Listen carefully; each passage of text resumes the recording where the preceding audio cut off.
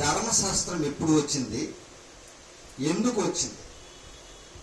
ధర్మశాస్త్రము ఎప్పుడు వచ్చింది, ఎందుకు వచ్చింది? ప్రార్థన చేసుకుని వాక్య ధ్యానంలోకి వెళ్ళిపోతాం. ఈరోజు మన పాఠాంశం అది. ప్రార్థన చేసుకుంటాం. మహాపరిశుద్ధుడును మహోన్నతుడును మహాగణుడునైన పరలోకమందున్న కనతండ్రి, నీ పరిశుద్ధమైన ఉన్నతమైన నామమునకు యేసుక్రీస్తు ప్రభుల వారి పేరట హృదయపూర్వకమైనటువంటి వందనములు, కృతజ్ఞతాస్తుతులు చెల్లిస్తున్నాను. తండ్రి, 19 నుంచి 22 వరకు మీ నామ మహిమార్థమైన కార్యాలు జరగడానికి మీరు కృప చూపించారు. ప్రారంభ దినములో ప్రారంభ కూడికను మేము ప్రారంభించుకున్నాం. ఈ దినము మొదలుకుని ముగింపు దినము వరకు మీ శక్తివంతమైన మాటలు, మీ శక్తివంతమైన ఆత్మచేత మాకు బయలుపరచమని ప్రార్థన చేస్తున్నాను. నిలబడిన మీ దాసునికి నాయన సమయోచితమైనటువంటి జ్ఞానాన్ని ఇవ్వండి. మీ మాటలలోని సామర్థ్యాన్ని మీ దాసునికి అనుగ్రహించండి. మీ శక్తివంతమైన పరిశుద్ధాత్మ ప్రేరణ కూడా మీ దాసునికి అనుగ్రహించండి. కూర్చుని నీ పిల్లలు వింటున్న ప్రతి మాట గ్రహించగలిగిన స్థితి వారికి దయచేయమని నాయన. ధర్మశాస్త్రం ఎప్పుడు వచ్చిందో, ఎందుకు వచ్చిందో మేము నేర్చుకోవడానికి వెళుచున్నాం. వాటిలో దాగిన అద్భుతమైన భావాలు మాకు తెలియపరచమని యేసుక్రీస్తు ప్రభుల వారి పేరట ఈ ప్రార్థన మీకు సమర్పించి అడిగి వేడుకొనుచున్నాం తండ్రి. ఆమేన్. మంచిది. ప్రభునందు ప్రియమైన దేవుని వారలారా, అపోస్తులైనటువంటి పౌలు గారు తెలుసు కదండి. అపోస్తులైనటువంటి పౌలు గారు ఆయన క్రీస్తు చేత ఏర్పరచబడిన ఒక ప్రత్యేకమైనటువంటి సేవకుడు. వాళ్ళందరూ కూడా అందరి సేవకులు వేరు, అపోస్తులైన పౌలు గారు వేరు. ఆయన ఒక ప్రత్యేకమైన రీతిలో పిలువబడినవాడు, ఒక ప్రత్యేకమైన రీతిలో ఏర్పరచబడినవాడు, ఒక ప్రత్యేకమైన పని కొరకు ఏర్పాటు చేయబడినవాడు. ఈయన తన పుస్తకమైనటువంటి గలతీలటువంటి రాసినటువంటి పుస్తకంలో, గలతీలకు రాసినటువంటి పత్రిక, ఈ అపోస్తులైన పౌలు గారు ఎన్ని పుస్తకాలు రాశాడంటే, ఎన్ని పుస్తకాలు రాశాడు? 14 పుస్తకాలు రాశాడు. రాసుకోండి ప్రతిదీ కూడా. ఎన్ని పుస్తకాలు రాశాడు? 14 పుస్తకాలు రాశాడు. ఏంటి 14 పుస్తకాలు ఎక్కడి నుంచి ప్రారంభం అంటే, రోమ పత్రిక కానించి ప్రారంభం. ఎక్కడి నుంచి ప్రారంభం? రోమ పత్రిక కానించి హెబ్రీ పత్రిక వరకు ఆయన రాసిన పత్రికలే. ఈ హెబ్రీ పత్రికకు రోమా పత్రిక మధ్య ఉండే పుస్తకాలే 14 పుస్తకాలు. ప్రారంభము నుండి ముగింపు వరకు 14 పుస్తకాలు. ఈ 14 పుస్తకాలలో ఒక పుస్తకం ప్రత్యేకమైన పుస్తకం. ఆ పుస్తకం పేరు ఏంటంటే హెబ్రీలకు రాసినటువంటి పత్రిక. రెండవ పుస్తకం ఏంటంటే గలతీలకు రాసినటువంటి పత్రిక.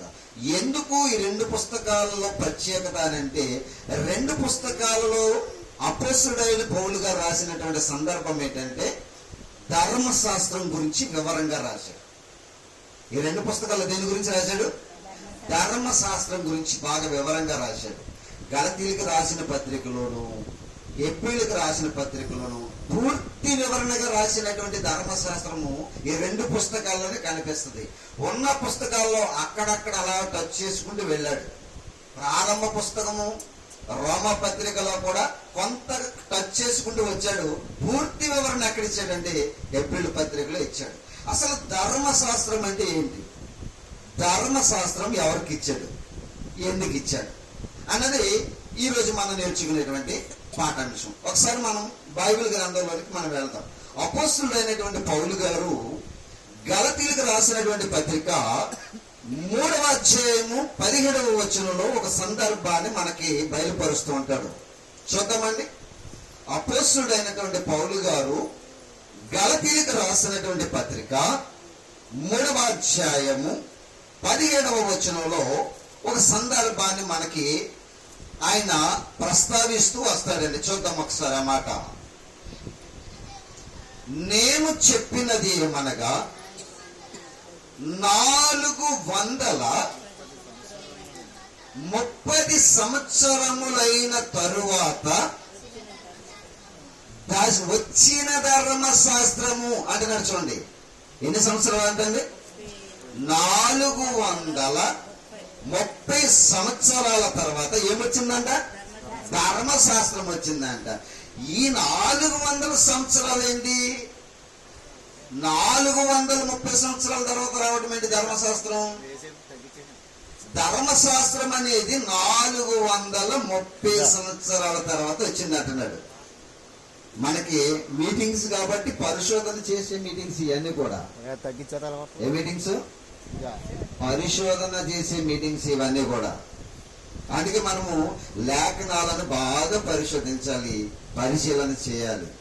ఏంటి ఒక మరి మాట అయినను తప్పిపోకుండా మనము బాగా ఆలోచించాలి. మాటలు 430 సంవత్సరాలు అన్నాడు. ఏంటి 430 సంవత్సరాలు?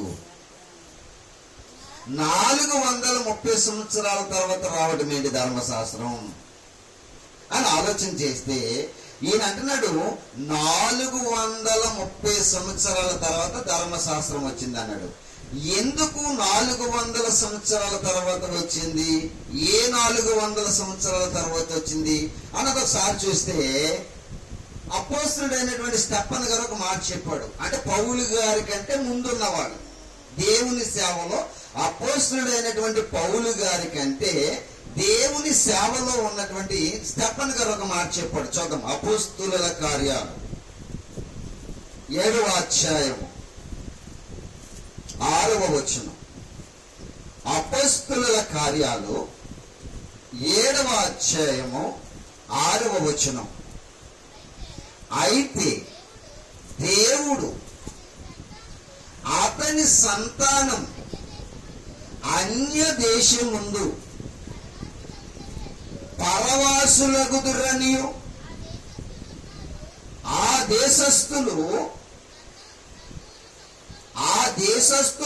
400 సంవత్సరములు మట్టుకు వారు దాస్యమునకు లోపరుచుకుని బాధ పెట్టిదరనియు స్టెఫన్ గారు చెప్తున్నాడు. ఇక్కడ 400 సంవత్సరములు అంటే అర్థం ఏంటి తెలుసండి? 400 సంవత్సరాలని అర్థం. 400 సంవత్సరాలు అంటే అర్థం ఏంటి? 400 సంవత్సరాలని అర్థం. 400 అంటే 100 అంటే ఎన్ని? 100. 400 అంటే 400 సంవత్సరాలు అని అర్థం. బాగా అబ్జర్వేషన్ చేయండి. అంటే 400 సంవత్సరాలు ఏంటి? 400 సంవత్సరాలు ఇశ్రాయేలీలు ఎక్కడికి వెళ్ళిపోయారంటమ్మా? ఐగుప్తు దేశంలో దాస్యానికి వెళ్ళిపోయారంట. ఎక్కడికి వెళ్ళిపోయారు? ఐగుప్తు దేశంలో 400 సంవత్సరాలు ఏమైపోయారంట? దాసులుగా మారిపోయారంట. ఎవరిని మర్చిపోయారు? దేవుణ్ణి మర్చిపోయారు. ఏలో ఇశ్రాయేలీల దేశంలో నుండి ఐగుప్తు దేశానికి బానిసలుగా వెళ్ళిపోయారు. ఎన్ని సంవత్సరాలు ఉన్నారు అక్కడ? 400 సంవత్సరాలు ఉన్నారంట. 400 సంవత్సరాల తర్వాత మోషే గారు వాళ్ళని ఐగుప్తు దేశంలో నుండి మరలా ఇశ్రాయేలీల దేశానికి తీసుకురావడానికి దేవుడు మోషే గారిని ఏర్పాటు చేసి ఎర్ర సముద్రమును దాటించి అరణ్యములోని తీసుకొచ్చి అరణ్యములో ధర్మశాస్త్రాన్ని ఇవ్వడం మొదలు పెట్టాడు. ఇప్పుడు మీకు అర్థమవుతుందా? నేను చెప్తాను ప్రతి మాట బాగా అర్థం చేసుకోవాలి. ఎన్ని సంవత్సరాలు ఉన్నారు అక్కడ? 400 సంవత్సరాలు ఉన్నారు.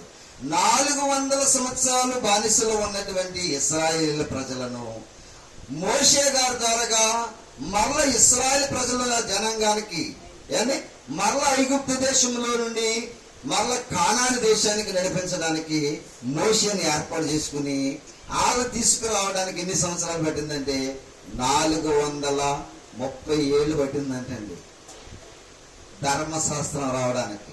ఏం రావడానికి? మీరు అదే చదువుకున్నారు ప్రారంభంలో. ఎన్ని సంవత్సరాలు ఉంది అక్కడ? 430 సంవత్సరాల తర్వాత ఏమొచ్చిందంట? ఎందుకు వచ్చింది? ధర్మశాస్త్రం అనేది ఎందుకు వచ్చింది? అది మనం ఆలోచించవలసినటువంటి విషయం. అంటే బాగా ఆలోచిద్దాం.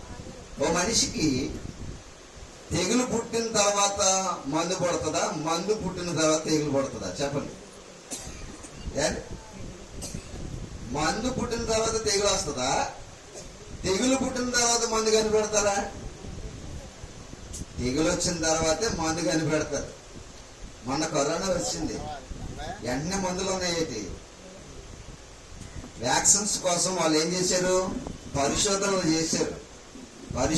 చేసి ఈ వ్యాధికి నిర్మూలన చేయడానికి ఎలాంటి మందు కనిపెట్టాలనేటువంటి ఒక పరిశోధనాత్మకమైనటువంటి సంగతిని శాస్త్రవేత్తలందరూ కూడా చేశారు.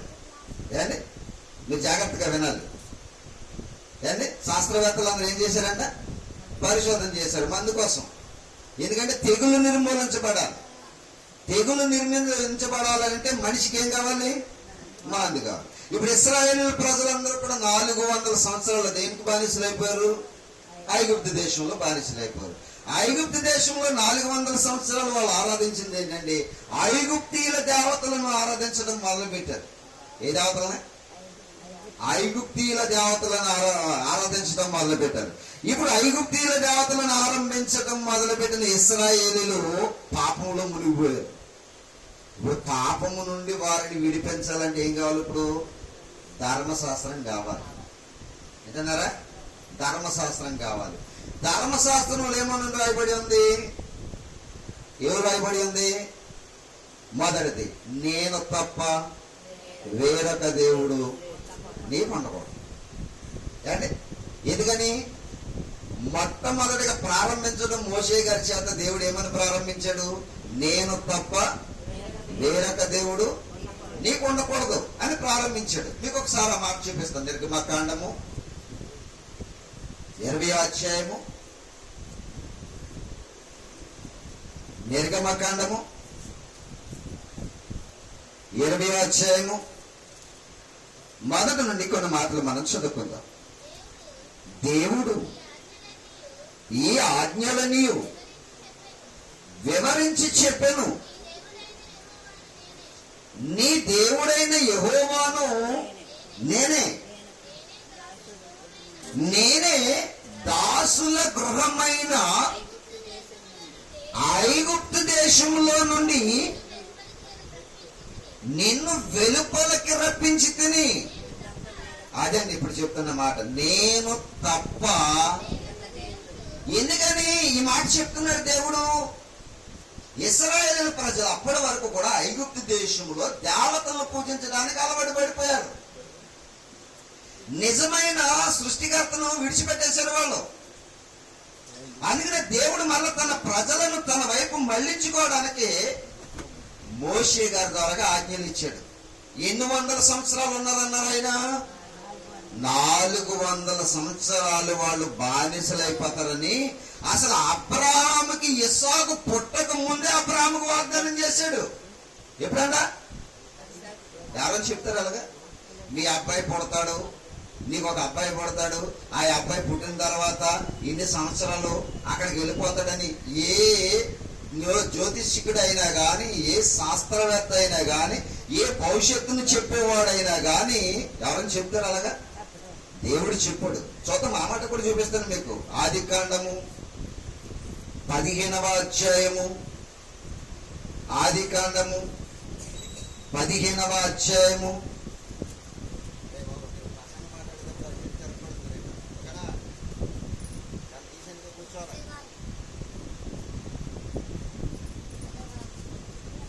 ఆదికాండము 15వ అధ్యాయము 13వ వచనాన్ని చదవండి ఒకసారి. మీకు అక్కడ ఏమని మాటలో దేవుడు అబ్రహాముతో చెప్పిన మాట ఏంటో మీకు అర్థమవుతుంది. చదవండమ్మా. ఆయన నీ సంతతి వారు తమది కాని పరదేశమందు, అంటే అర్థమైంది తెలుసు, ఐగుప్తు దేశమందు నివసించి ఆ దేశపు వారికి దాసులుగా ఉందరు. వారు వచ్చిందా? మీకు ఆన్సర్ వచ్చిందా? ఇందాక 400 సంవత్సరాలు అన్నాడు ఆయన. ఇక్కడేమంటున్నాడు? 400 ఏండ్లు అన్నాడు. మీకు బాగా బైబిల్లో ప్రతి రెఫరెన్స్ టు రెఫరెన్స్ చూపిస్తాం, జాగ్రత్తగా వినాలి మీరు అందరూ కూడా.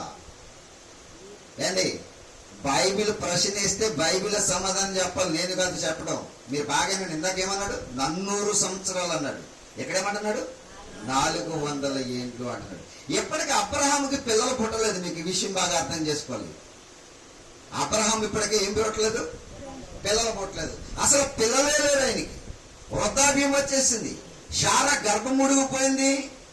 శారాలో గర్భం ముడిగిపోయింది. అబ్రహాములో బలం తగ్గిపోయింది. వాళ్ళ కాపురం చేసే పరిస్థితి లేదు, పిల్లల కనే పరిస్థితి అసలే లేదు. ఆ సమయంలో చెప్తున్నాడు దేవుడు, ఏమని చెప్తున్నాడు? నీకు సంతానము కలుగుద్ది. ఆ సంతానము నీది కాని పరదేశంలో 400 సంవత్సరాలు ఏం చేయబడతారంట? బానిసలుగా ఉంటారు అని దేవుడు ముందు చెప్పాడు.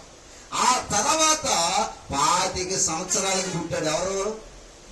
ఇస్సాకు. ఇస్సాకు పుట్టిన తర్వాత మళ్ళీ ఎవరు పుట్టారు? ఏండి, ఇస్సాకు పెళ్ళైన తర్వాత మళ్ళా యాషావు యాకోబులు పుట్టారు. ఈ యాకోబే ఇశ్రాయేలు. ఎవరంట? ఇస్సాకు కుమారుడైనటువంటి యాకోబే ఎవరంట? ఇశ్రాయేలు. ఇశ్రాయేలుగా దేవుడు దీవించాడు. ఈ ఇశ్రాయేలుగా మారిన తర్వాత వీళ్ళు 400 సంవత్సరాలు ఎక్కడికి వెళ్ళిపోయారంట? బానిసలుగా మారిపోయారు. వీళ్ళు మారిపోయినప్పుడు వీళ్ళు మళ్ళా కంట్రోల్ చేయాలంటే వీళ్ళకి ఏమవసరం? ధర్మశాస్త్రం అవసరం. రోగుకి మందు ఎంత అవసరమో విగ్రహాలను ఆరాధించే ఇశ్రాయేలు ప్రజలకు ధర్మశాస్త్రము అంత అవసరం. అందుకే 430 సంవత్సరాల తర్వాత ఏం పెట్టించాడంటే ధర్మశాస్త్రం. ఆ ధర్మశాస్త్రం ఏమందని చెప్పాడు? నేను తప్ప వేరొక దేవుడు నీకు ఎన్ని ఆజ్ఞలు? అయ్యి 10 ఆజ్ఞలు. ఈ 10 ఆజ్ఞలు అనుకుంటున్నారా? ఇంకా చాలా ఆజ్ఞలు ఇచ్చాడు. ఎవరికి? ఇశ్రాయేలీయులకి. ఇశ్రాయేలీయులకి ఇంకా చాలా ఆజ్ఞలు ఇచ్చాడు. 10 ఆజ్ఞలు కాదు, 10 ఆజ్ఞలు పలక మీద రాశాడు మోషే గారి ద్వారా. తర్వాత చాలా ఆజ్ఞలు ఇచ్చాడు ఇశ్రాయేలీయులకి. ఇది మనకి కావు, మీరు బాగా గమనించాలి. పాత నిబంధన పాఠం 39 పుస్తకాలు. ఎన్ని? 39 పుస్తకాలు. ఆది కాండం మొదలుకుని మలాకి గ్రంథం వరకు 39 పుస్తకాలు. ఈ 39 పుస్తకాలు ఎప్పుడు ఉన్న క్రైస్తవులకి మాత్రము కాదు. ఇది ఎవరికిది? ఇశ్రాయేలీయులు. మనం ఇశ్రాయేలీయులమా? కాదు. మనం ఎవరు? మనమందరం అన్యులమే. మనమందరం, మన దేశం ఏ దేశం? హైందవ దేశం. ఇండియన్ అంటే అర్థం ఏంటి తెలుసా? హైందవులు. మనమందరం కూడా హైందవము విడిచిపెట్టి ప్రభు చేత రక్షింపబడిన క్రైస్తవులు మనమందరం. ఈ 39 పుస్తకాలు మనకు వర్తించవు. బాగా గమనించాలి మీరు అందరూ కూడా. ఇవి 39 పుస్తకాలు ఎవరికి? ఇశ్రాయేలీయులకి. 430 సంవత్సరాలు బానిసలుగా ఉన్నటువంటి ఇశ్రాయేలీయులకి దేవుడిచ్చినటువంటి చట్టం అది. ఏంటంట? చట్టం.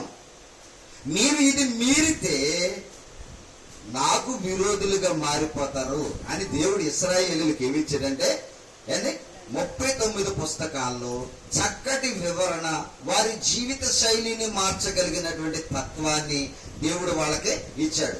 ఇప్పుడు ఈ ధర్మశాస్త్రం గురించి మనకి ఇలా చదివితే అర్థం కాదు కనుక అపోస్తలుడైన పౌలు గారు ఏం చేశాడంటే దాన్ని క్లారిటీగా రాశాడు.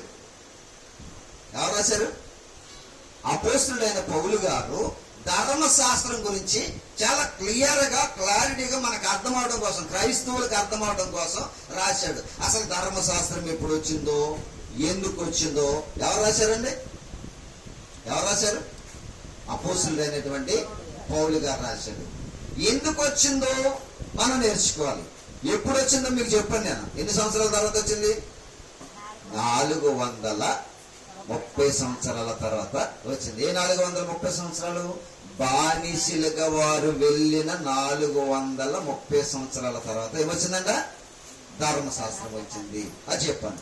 ఎందుకు వచ్చింది అని అంటే ఈ చెప్పిన వివరణ అపోస్తలుడైన పౌలు గారు చెప్పడానికి గల కారణం ఏంటంటే ధర్మశాస్త్రంలో అపోస్తలుడైన పౌలు గారు డీటైన వాడు. బాగా వినాలి.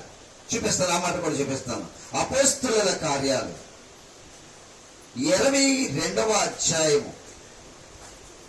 బాగా మీరు ఆలోచించాలి ఈ మాటలన్నీ కూడా. అపోస్తలుల కార్యాలు 22వ అధ్యాయము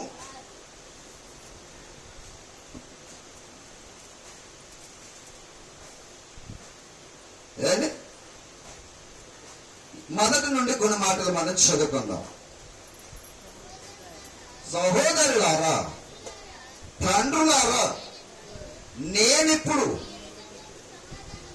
మీ ఎదుట చెప్పు సమాధానము నాలకించుడి. అతడు హెబ్రీ భాషలో మాట్లాడుట వారు విని ఎక్కువ నిశ్శబ్దముగా ఉండిరి. అప్పుడు అతడు ఎలాగూ చెప్పసాగెను, నేను కిలికియలోని తార్సులో పుట్టిన యూదుడను. అయితే ఈ పట్టణములో గమనీయేలు పాదముల యొద్ద పెరిగి మన పితరుల ధర్మశాస్త్ర సంబంధము నిష్ఠయందు శిక్షితుడనై మీరందరూ నేడు ఉన్న ప్రకారము దేవుని గూర్చి ఆసక్తి గలవాడునయ్యుండి ఈ మార్గములోనున్న పురుషులను స్త్రీలను బంధించి సరసాలలో వేయించు మరణము వరకు హింసించి తిని. ఎవరినే అపోస్తలుడు పౌలు గారు ఎవరిని హింసిస్తున్నాడు? క్రైస్తవులండి. క్రైస్తవ సంఘాలు హింసించేవాడు ఎవరు? అపోస్తలుడు అయినటువంటి పౌలు గారు. ఎందుకని? ఆయన ధర్మశాస్త్రం గురించే తెలిసి కానీ క్రైస్తవ్యం గురించి తెలియదు ఆయనకి. ఎవరికే? అపోస్తలుడు అయినటువంటి పౌలు గారికి. ఇప్పుడు మీరు బాగా వినండి, మీరు బాగా వింటే మీకు ఒక మాట అర్థమవుతుంది. ఆయన అంటే శిక్షితుడు అయ్యాడండి. అదేంట్లో శిక్షితుడు అంటే అర్థం ఏంటి తెలుసా? ధర్మశాస్త్రాన్ని బాగా నేర్చుకున్నాడు, శిక్షణ పొందాడు. శిక్షణ పొందడం అంటే నేర్చుకోవటం. ఇప్పుడు మీకు అర్థం అవడానికి ఒక ఉదాహరణ చెప్తాను జాగ్రత్తగా. ఆపరేషన్ చేయాలంటే ఏం చేయాలి? ఎంబీబీఎస్ బాగా చదివితేనే ఆపరేషన్ చేయగలిగినటువంటి సామర్థ్యం ఆయనకు వస్తుంది. ఇప్పుడు ఆపరేషన్ గురించి ఎవరు చెప్పాలి? డాక్టర్ గారు చెప్పాలి. ఆర్ఎంపీ డాక్టర్కి తెలియదు ఆపరేషన్ గురించి, ఆయన చేయలేడు. కానీ మీరు జాగ్రత్తగా అంటున్నారా? ఆర్ఎంపీ డాక్టర్ గారికి తెలియదు ఆపరేషన్ గురించి, ఎవరు చెప్పాలి? ఏంటి? దాని కోర్సును శిక్షితుడైనటువంటి వాడు, నేర్చుకున్నవాడు మాత్రమే చెప్పగలడు ఆపరేషన్ గురించి. ఇప్పుడు ధర్మశాస్త్రం గురించి ఎవరు చెప్పాలి? అపోస్తలులు ఎవరు చెప్పలేదు ధర్మశాస్త్రం గురించి. ఎవరు చెప్పారు? ఎందుకు చెప్పాడు? ఆయన శిక్షితుడయ్యాడు ధర్మశాస్త్రం అందు, నేర్చుకున్నాడు బాగా. 39 పుస్తకాలను కూడా పటిష్టంగా నిష్ఠ కలిగిన వాడుగా నేర్చుకున్నాడంట ధర్మశాస్త్రాన్ని. అందుకే ధర్మశాస్త్రానికి క్రైస్తవులకి పరిచయం చేయక ముందు అతడంటే క్రైస్తవుల్ని హింసించేవాడంట. మరణము వరకు వాళ్ళని బాధలు పెట్టేవాడంట. పురుషులనేమి స్త్రీలనేమి అందరిని కూడా ఏం చేసేవాడంట? హింసిస్తూ ఉండేవాడంట. చూడండి, మళ్ళా చూడండి మాట ఏమన్నది అక్కడ. మళ్ళా చూడండి మాట. ఈ మార్గములో ఉన్న అంటే అర్థం ఏంటి తెలుసండి? క్రైస్తవ మార్గములో ఉన్న అని అర్థం. క్రైస్తవ మార్గములో ఉన్న పురుషులను స్త్రీలను బంధించి సరసాలలో వేయించి మరణము వరకు వాళ్ళు ఏం చేసేవాడంట? ఇలా హింసిస్తుంటే ఒకసారి యేసు ప్రభు వారు ప్రత్యక్షమయ్యారు. ఎవరికి? అపోస్తలుడైనటువంటి పౌలు గారికి. ఎక్కడ తెలుసా? ఇలాగ క్రైస్తవుల్ని హతమార్చుకుంటూ దమస్కు దగ్గరికి వెళ్ళాడంట. ఎక్కడికి వెళ్ళాడు ఆయన? దమస్కులో సంఘముగా కూడుకున్నారు అపోస్తలులు. సంఘాలు కూడుకున్నాయి, క్రీస్తుని కలిగిన వారు కూడుకున్నారు. ఆ క్రీస్తును కలిగిన వారిని అందరిని చంపడానికి దమస్కు దగ్గరికి వెళ్తున్నాడు. ఆ దమస్కు దగ్గరికి వెళుతున్నప్పుడే యేసుక్రీస్తు వారు ప్రత్యక్షమయ్యారు. ఎవరికి? ఈ ధర్మశాస్త్ర యందు నిష్ఠ కలిగినటువంటి అపోస్తలుడైనటువంటి పౌలు గారికి. ఒకసారి చూద్దాం 9వ అధ్యాయం అపోస్తలుల కార్యాలు 9వ అధ్యాయము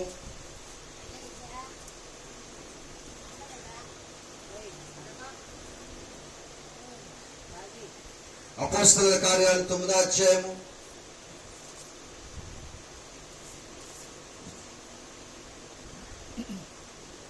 అక్కడ నుండి కొన్ని మాటలు మనం చదువుకుందాం.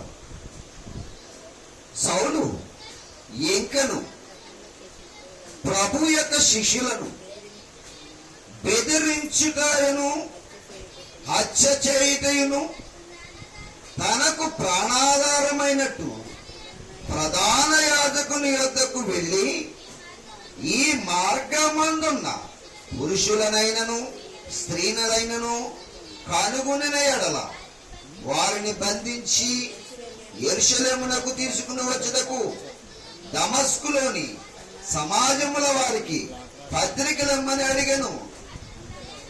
అతడు ప్రయాణము చేయించు దమస్కు దగ్గరికి వచ్చినప్పుడు అకస్మాత్తుగా ఆకాశము నుండి ఒక వెలుగు అతని చుట్టూ ప్రకాశించెను. అతడు నేల మీద పడి, సౌలా సౌలా, నీవేళ నన్ను హింసించుచున్నావని ప్రభు ప్రత్యక్షమయ్యాడు.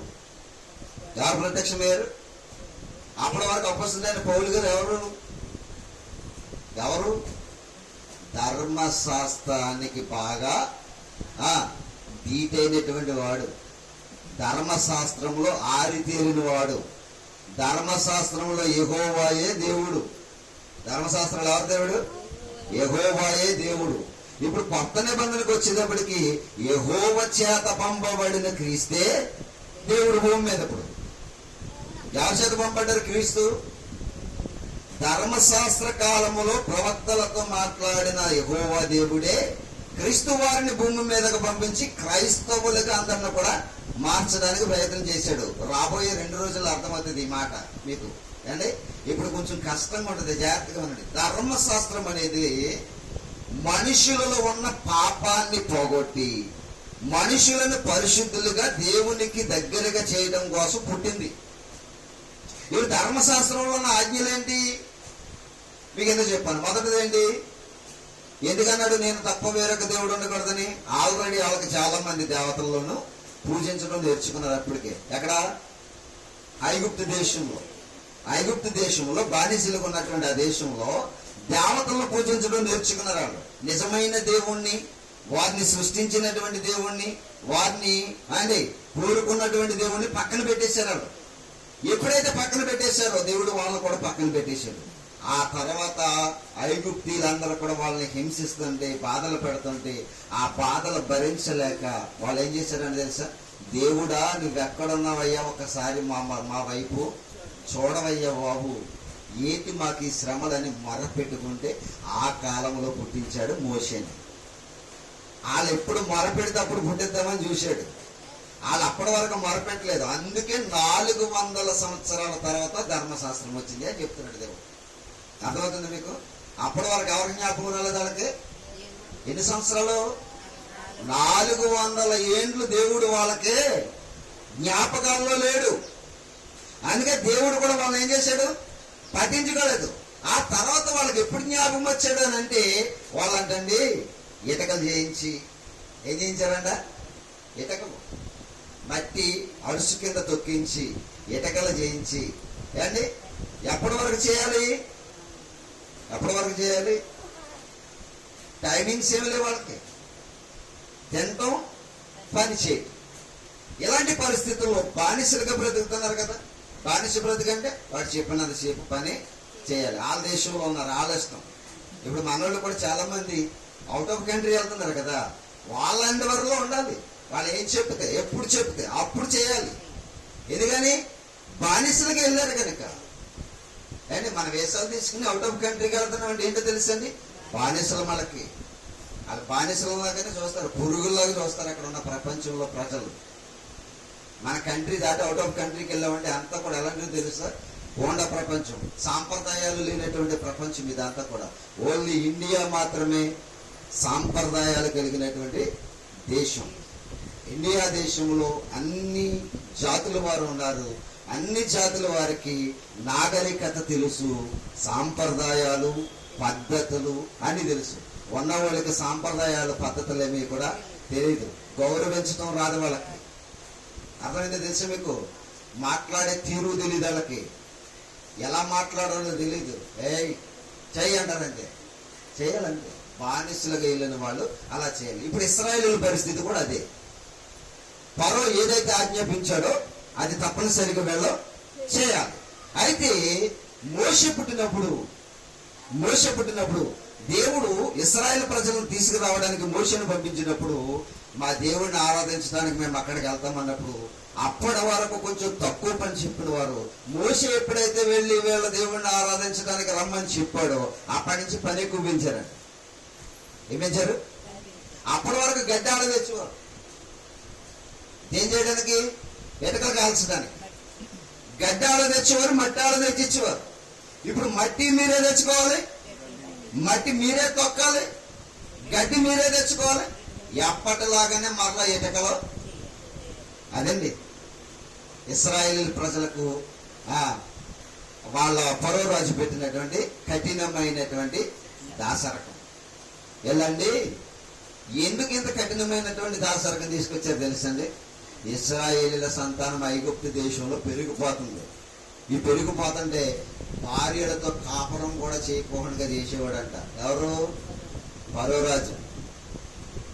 భర్తలకి భార్యలకి ఏంటి మా అసలు రెస్ట్ లేని పని చెప్పేవాడంట. వాళ్ళకి కాపురం చేసుకునే పరిస్థితి లేదండి. నిజంగా యథార్థంగా మీరు చెప్పి నమ్మితే నమ్మాలి. ఇక్కడ దేవుడు అదే చెప్పాడు ఇక్కడ. ఏంటి వాళ్ళకి అసలు సమయం లేదు. అలాంటి పరిస్థితిని ఏర్పాటు చేశాడు. అలాంటి కాలంలో మొరపెట్టారు. ఎవరు? ఇశ్రాయేలు. ఎవరికి మొరపెట్టారు? తమ దేవుడికి మొరపెట్టారు. అయితే ఆ రూల్స్ అండ్ కండిషన్స్ తో వీళ్ళ బయటికి తీసుకొచ్చాడు దేవుడు. విన్నారా? ఆ rules and regulations and conditions తో తీసుకొచ్చాడు దేవుడు వాళ్ళ బయటికి. ఒరే మీరు వస్తున్నారు కనుక మీరు కానాను దేశానికి వెళ్ళాలంటే, ఈ కానాను దేశంలో మీరు ప్రవేశించాలంటే ఒకటి షరత్ ఏంటో తెలుసా? నేను తప్ప వేరొక దేవుడు మీకు ఉండకూడదు అన్నాడు. నెక్స్ట్ స్టెప్ ఏం చేశాడు తెలుసా? రెండో స్టెప్ లోనికి వచ్చేటప్పటికి అంటున్నాడు, మీరు విశ్రాంతి దినమును పరిశుద్ధముగా ఆచరించుటకు నేనే దేవుణ్ణి అయి ఉండాలి మీకు. అయితే మీరు ఆరాధించే దినం ఒకటి కావాలి. ఆ దినం ఏంటంటే విశ్రాంతి దినం. ఆదివారం కాదు. విశ్రాంతి దినం అంటే శనివారం. వింటున్నారా? ఎవరికి శనివారం? ఇశ్రాయేలీలకి, మనకు కాదు. ఇప్పుడు చాలా మంది కూడా ఆరాధనలు శనివారం కూడా చేయొచ్చు అంటున్నారు. శనివారం ఇశ్రాయేలీడు ఏంటి శనివారం చేయడానికి? నువ్వు ఇశ్రాయేలీడు కాదు. నువ్వెవరు? క్రీస్తు రక్తములో కడగబడినటువంటి క్రైస్తవుడు. నీకు విశ్రాంతి సంబంధం ఏమీ లేదు. విశ్రాంతి దిన సంబంధం నీకు లేదు. మీరు బాగా గమనించండి. విశ్రాంతి దినమును పరిశుద్ధముగా ఆచరించుటకు జ్ఞాపకం ఉంచుకోండి అన్నాడు. ఇంకోటి నిన్ను వలె నీ పొరుగు వారిని ప్రేమించాలి. ఇంకోటి ఏంటి? నరహత్య చేయకూడదు. నీ పొరుగు వాని భార్యను ఏం చేయకూడదు? ఆశించకూడదు అన్నాడు. ఎందుకని? అప్పుడు మొత్తం కలిగిబిల్లు అయిపోయినంత ఏం చేశారు? కలిబిల్లు చేసేసారు. మొత్తం కలగబోతం చేశారు. ఎవరు? ఇశ్రాయేలీయులు. వాళ్ళ పరిస్థితిని చూస్తానంటే దేవుడికి చిరాకు వచ్చేసిందండి. ఎంత భయంకరంగా మారిపోయారు తెలుసా? అది వాళ్ళ పరిస్థితిని ఎంత భయంకరంగా మారిపోయాడు అపోస్తలుడైన పౌలు గారు. అందుకే ఈయన ధర్మశాస్త్రాన్ని బాగా పట్టించేసినాడు కదా, నిష్ఠుడయ్యాడు కదా, శిక్షితుడయ్యాడు కదా. ధర్మశాస్త్రాన్ని బాగా నేర్చుకున్న ఈయన క్రైస్తవ్యానికి చెప్పడానికి ఆ ఇశ్రాయేలీల పరిస్థితి ఏంటో ఒక మాట రాశాడు. చూద్దాం, మీకు ఒక మాట చూపిస్తాను. కొరింథీయులకు రాసినటువంటి పత్రిక, మొదటి పత్రిక. కొరింథీయులకు రాసినటువంటి మొదటి పత్రిక చూద్దాం. 10వ అధ్యాయము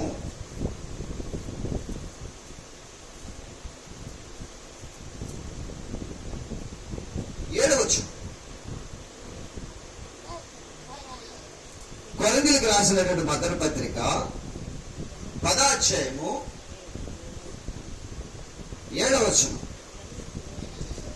జనులు తినుటకును త్రాగుటకును కూర్చుండి ఆడుటకు లేచిరి అని వ్రాయబడినట్లు వారిలో కొందరు వలె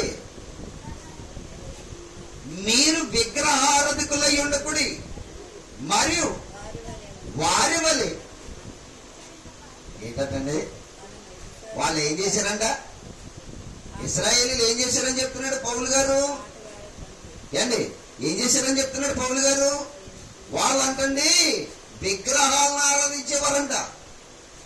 మీరు వారి వల్లే ఉండొద్దు అంటున్నాడు. ఇంకేం చేశారంట? వ్యభిచారాలు చేశారంట. అందుకనే ఆజ్ఞల్లో ఒక ఆజ్ఞ ఏంటి తెలుసా? వ్యభిచరింపకూడదు అని రాశాడు. మీరు ధర్మశాస్త్రంలో ఏమైనా ఉండదు తెలుసా? వ్యభిచరింపకూడదు. ఏం చేయకూడదంట? వ్యభిచరింపకూడదు. అది పక్కన పెడితే నీ పొరుగు వాని భార్యను ఆశింపకూడదు. ఇవన్నీ ఆజ్ఞలు ఎందుకు ఇచ్చాడు అనుకున్నారు? అప్పుడు చెడిపోయారు వాళ్ళందరూ. ఎవరు? ఇశ్రాయేలీలందరూ కూడా చెడిపోయారు. చెడిపోయారు కనుక రోగం ఉంది కనుక రోగానికి ఏమవసరం? మెడిసిన్ అవసరం. వింటున్నారా? రోగానికి ఏమవసరం? అంతే కదా. మనలో రోగము అరికాలు మొదలుకొని నడినెత్తు వరకు ప్రవహిస్తూ ఉంటే ఆ రోగాన్ని కంట్రోల్ చేయాలంటే మెడిసిన్ మనకే అవసరం. అందుకనే ఇశ్రాయేలీలో వ్యభిచారము, ఇంకా విగ్రహాలను ఆరాధించే తత్వము, పొరుగువాన్ని ద్వేషించే తత్వం ఉంది కాబట్టి వీళ్ళని కంట్రోల్ చేయాలి. గనుకనే 430 సంవత్సరాల తర్వాత ధర్మశాస్త్రం అనేటువంటిది వచ్చింది. అర్థమవుతుందా నేను చెప్పిన మాట? అర్థమవుతుంది. ఒకవేళ అర్థం అవ్వకపోతే అడగండి, మరలా చెప్తాను దాని గురించి మీకు వివరణ పూర్తిగా. కానీ జాగ్రత్తగా వినాలి. అందుకని ధర్మశాస్త్రం ఎంటర్ అవ్వడానికి గల కారణం ఏంటంటే ఇశ్రాయేలీలో పాపము విచ్చలవిడిగా ఉంది. దేవుణ్ణి విడిచిపెట్టేశారు. వాళ్ళని ఎవరిని ఆరాధించడం మొదలు పెట్టారు? ఏండి ఎవరిని ఆరాధించడం మొదలు పెట్టారు? ఒకసారి మీకు ఆ మాట కూడా చూపిస్తాను. రోమపత్రిక 1వ అధ్యాయము, రోమపత్రిక 1వ అధ్యాయము 20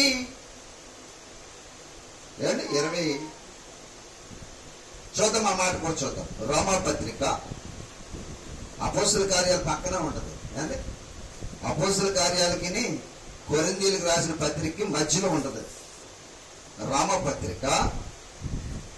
అంటే మనం చదువుతాం. 1వ అధ్యాయము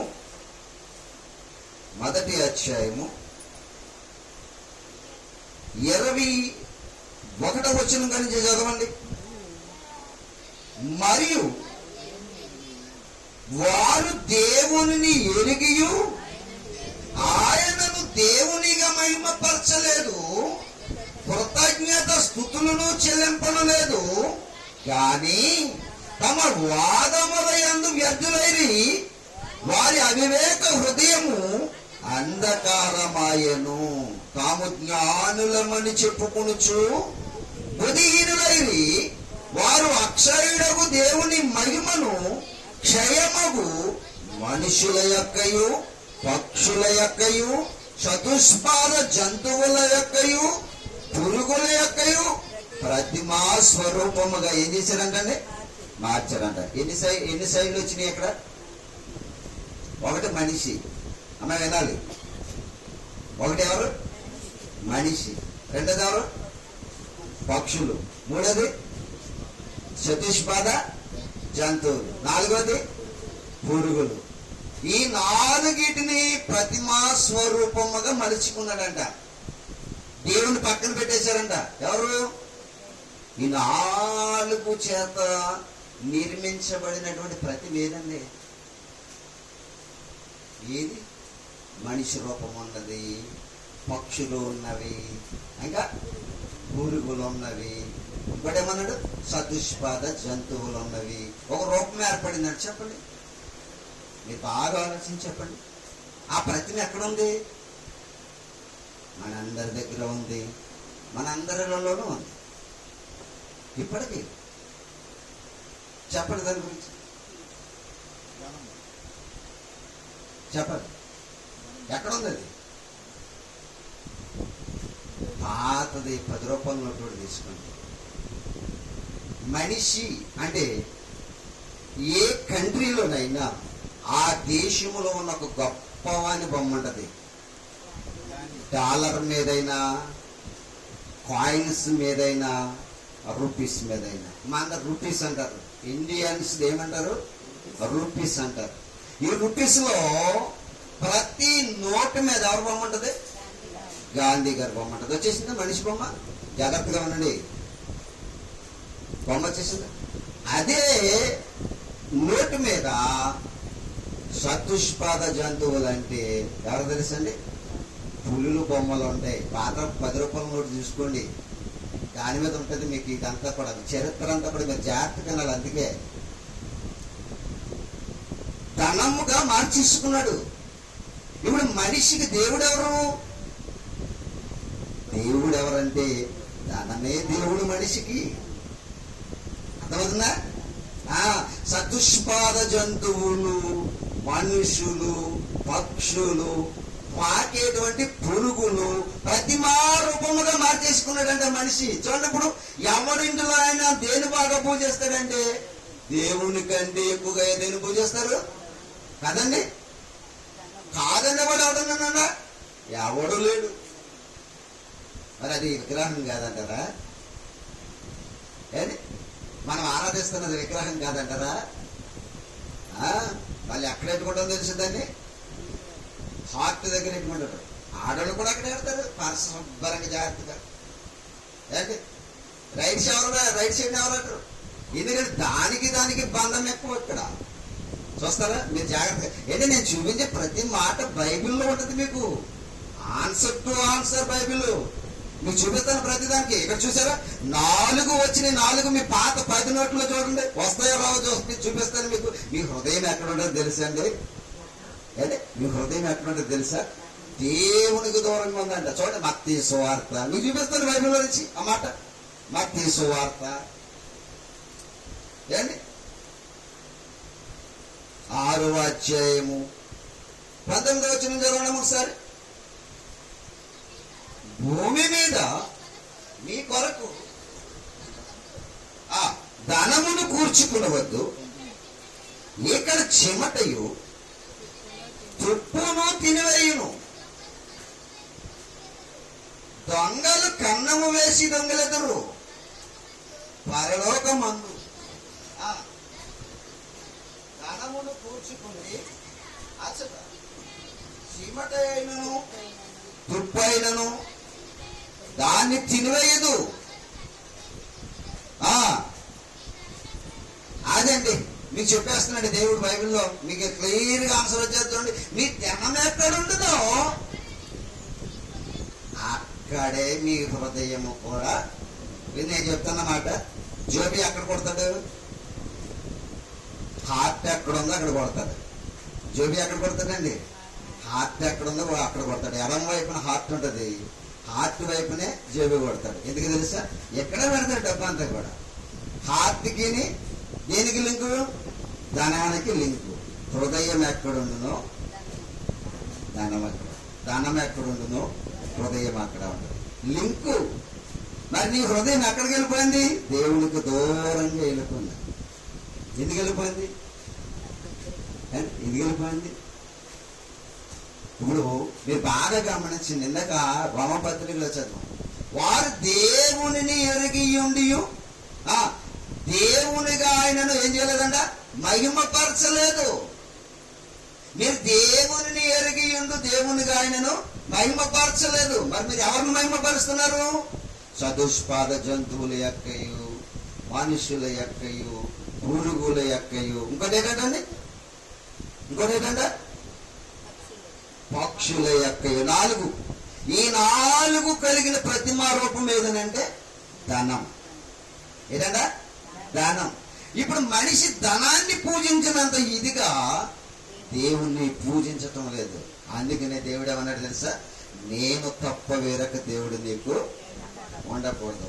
నెక్స్ట్ ఇంకోటి ఏమన్నాడంటే, పైన ఆకాశం అందే గాని, చెప్పాలి మీరు ఆ మాటలన్నీ చెప్పాలి. పైన ఆకాశం అందే గాని, కింద భూమి అందే గాని, ఆ భూమి కింద ఉన్న నేల అందే గాని, దేని రూపమునైనను నీవు చేసుకోకూడదన్నాడా? చేసుకోమన్నాడా? చేసుకోకూడదన్న దాన్ని దేవుడు మనుషులు చేసుకున్నారు. ఏంటది? ప్రతిమా రూపం.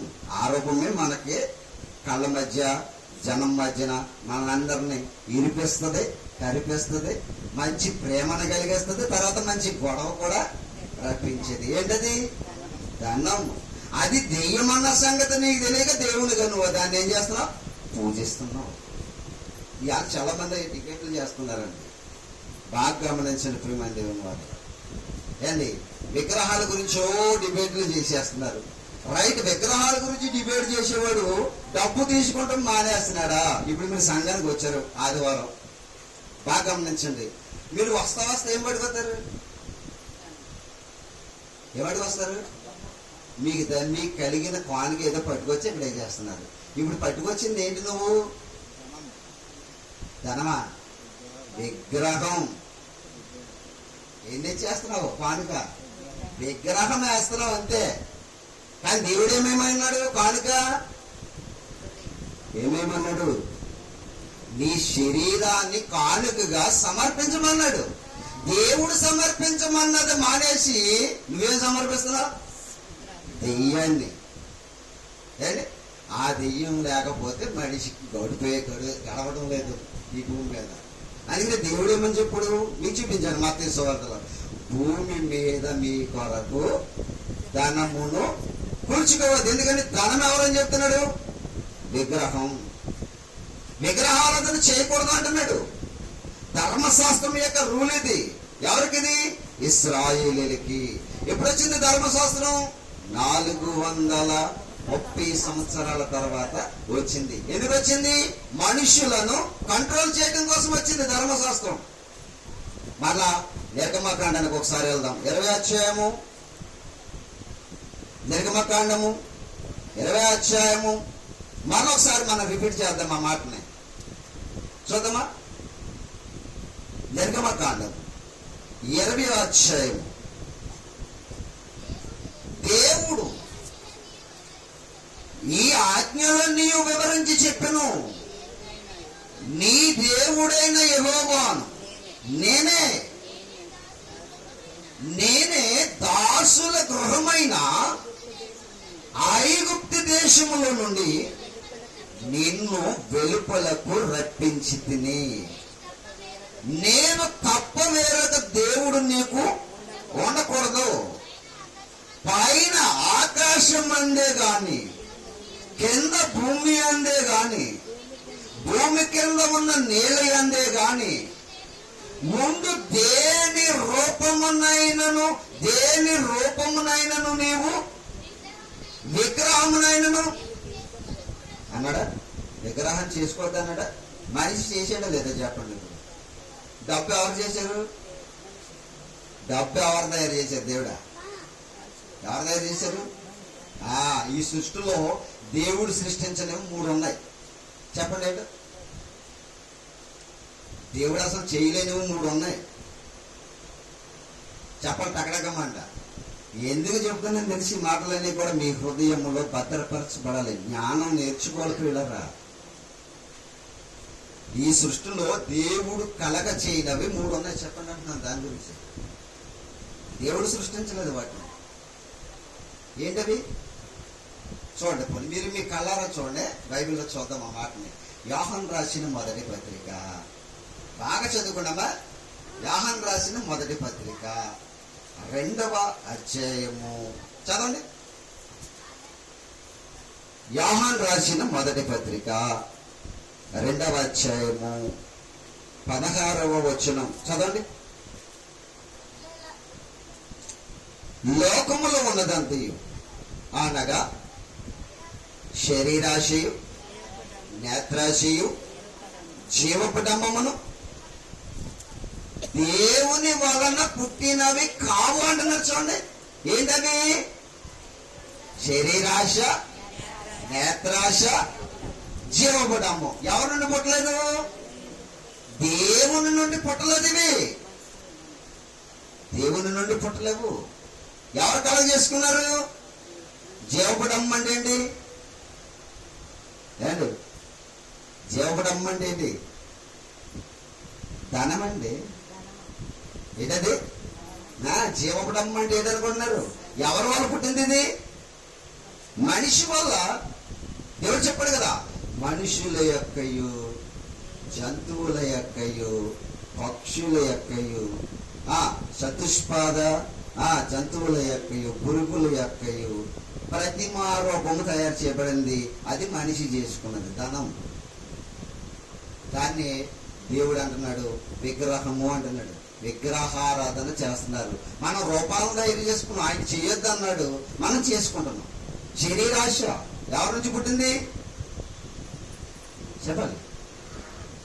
శరీరాశ ఎవరి నుండి పుట్టింది? మనకే పుట్టింది. అవ్వకు పుట్టింది. నేత్రాశ చూసింది, పండు బాగుంది తెంపుకుందాం అనుకుంది. దేవుడు అప్పటికి చెప్పాడు ఏంది ఆశపడతాడు ఏంది. ఇవిడేం చేసింది? శరీరానికి ఆశ కలిగింది, శరీరాశ. ఇంకోటేటంట నేత్రాశ, చూసిందల్లా కావాలనుకుంటున్నాం. ఇది ఎవరి నుండి పుట్టిందంటే మనిషి నుండి పుట్టింది, దేవునికి విరుద్ధమైనది. చూసారా బాగా ఎంత బాగా చెప్తున్నాడు దేవుడు. మనం ఇక్కడ బాగా ఆలోచించగలిగినట్లయితే ఒక మాట చెప్తున్నాడు, పైన ఆకాశం అందే కానీ కింద భూమి అందే కానీ భూమి కింద ఉన్న నీళ్ళ అందే కానీ దేని రూపమునైనను నీవు చేసుకొనకూడదు. చదవండి అన్న. మూసేశారు బైబిల్. లోకములో ఉన్నదంతయు అనగా శరీరాశయు నేత్రాశయు జీవపటంబము ఇవి దేవుని నుండి పుట్టినవి కావు, ఇవి లోక సంబంధమైనవి అనర్చండి. ఏ సంబంధమైనవంట? లోకంలో ఉన్నవి. ఇవి ఎందుకున్నవి? ఇవి నిన్ను పాడు చేయడానికి. ఎవరిని పాడు చేయడానికి? నిన్ను దేవుని నుండి దూరం చేయడానికి. అందుకే దేవుడు మరలా నిన్ను దగ్గర చేసుకోవడానికి, అంటే ఇశ్రాయేలీల ప్రజలను మరలా దగ్గర చేసుకోవడం కోసం ఏం చేశాడంట? ధర్మశాస్త్రాన్ని మరలా ఇచ్చాడు. ఎవరి ద్వారాగా? అంటే మోషే గారి ద్వారాగా ధర్మశాస్త్రాన్ని ఇచ్చాడు. ఎందుకు ఇచ్చాడంటే వారిని మరలా ఏం చేయాలంట? మోడర్న్ గా మార్చాలి. వీళ్ళని ఎలా మార్చాలంట? మోడర్న్ గా మార్చాలి. ఎందుకంటే వీళ్ళు అప్పటికి భ్రష్టులు అయిపోయారు, భ్రష్టత్వంలోకి వెళ్ళిపోయారు. వ్యభిచారులు గాను, దొంగలు గాను, దోచుకునే వారు గాను, అని పొరుగు వారిని ఆశించేది గాను ఇలా మారిపోయారు. అందుకే 10 ఆజ్ఞలు పలకల మీద రాయించాడు. ఎవరి చేత? మోషే గారి చేత. ఈ 10 ఆజ్ఞలు కూడా 2 పలకల మీద రాసిస్తే ఇశ్రాయేలీల దగ్గరికి అది తెచ్చి లోపలే ఇశ్రాయేలీలు అందరూ కూడా ఎలా మారిపోయారంట? ఆడేవారిగా మారిపోయారంట. ఇందాక చదువుకున్నారు కొరింథీయులకు రాసిన పత్రికలో. ఆడుటకును తినుటకును త్రాగుటకును లేచారంట. వాళ్ళ విగ్రహాలను చేసేసుకున్నారంట. ఇలాంటి పరిస్థితుల్లో ఉన్న వారిని కంట్రోల్ చేయడానికి దేవుడు ధర్మశాస్త్రం అనేటువంటి దాన్ని ఏర్పాటు చేశాడు. ధర్మశాస్త్రం లేకపోతే మీకు ఇక్కడ అర్థం అవడానికి ఒక మాట చెప్తాను జాగ్రత్తగా. లోకంలో చాలా చట్టాలు ఉన్నాయి. ఏంటంటే చాలా చట్టాలు ఉన్నాయి. ఒకటి మనం బాగా అర్థమైనటువంటి చట్టం ఏంటంటే పోలీస్ చట్టం. పోలీసులు అంటే బాగా అర్థమవుతుంది కదా మనకి. వీళ్ళు ఏం చేస్తారు? తప్పు చేసే వాళ్ళని కంట్రోల్ చేయడం కొరకు రక్షక భటులు అనమాట వీళ్ళందరూ కూడా. ఎలాంటి వాళ్ళు అంటే, ఎందుకంటే పోలీసు డ్రెస్సును చూసేటోడికి కొంచెం వణుకు పడుతుంది మనిషిలో. డ్రెస్సును చూసేటోడికే వణుకు పడుతూ ఉంటుంది. ఇంకా వాళ్ళ చట్టాలు నియమాలు నిబంధనలు తెలియదు ప్రపంచానికి. కొన్ని తెలుసు కదండి, కొన్ని తెలుసు. నరహత్య చేస్తే ఉరి తీరుతారు అన్న సంగతి ఒకటి తెలుసు కదండి. ఎదటోడిని ఎవడైనా చంపేస్తే నిన్ను కూడా ఊరే చంపేస్తుందో అది చట్ట ప్రకారంగా చంపుతారు అని చెప్పేసి అన్నట్టు పెట్టితే ఒకటి తెలుసు. ఇప్పుడు ఆ చట్టంలో ఏముంది? ఎవరినైనా చంపితే నిన్ను ఉరి తీస్తారు అనేటువంటిది. ఆ చట్టానికి భయపడి ఏం చేయడు? నరహత్య అనేటువంటిది చేయడానికి భయపడతాడు.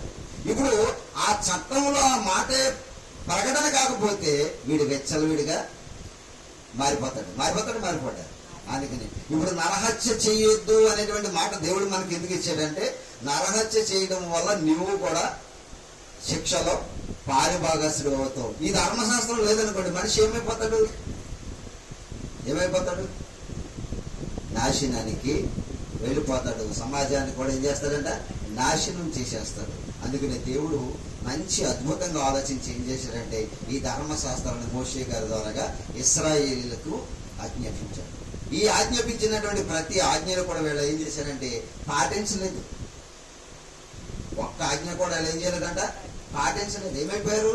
ఆజ్ఞను మీరారు. ఏం చేశారంట? ఆజ్ఞను మీరారు. అది అపొస్తలుడైన పౌలు గారు చెప్తున్నాడు. గలతీయులకు రాసిన పత్రికలో ఒక మాట మనం చూద్దాం.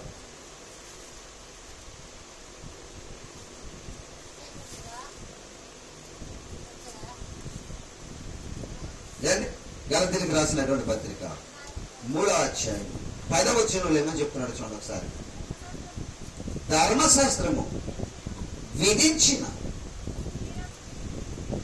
క్రియలకు సంబంధులందరూ శాపమునకు లోనై ఉన్నారు. ఎందుకు లోనయ్యారు? ఎందుకు లోనైపోయారు వాళ్ళు అని అంటే, మీరు బాగా చదివినట్లయితే 5వ అధ్యాయానికి రండి ఒకసారి. 5వ అధ్యాయము 14వ వచనంలో ఒక అద్భుతమైన మాట మనకి కనిపిస్తూ ఉంటది. 14-15 వచనాలు చదవండి.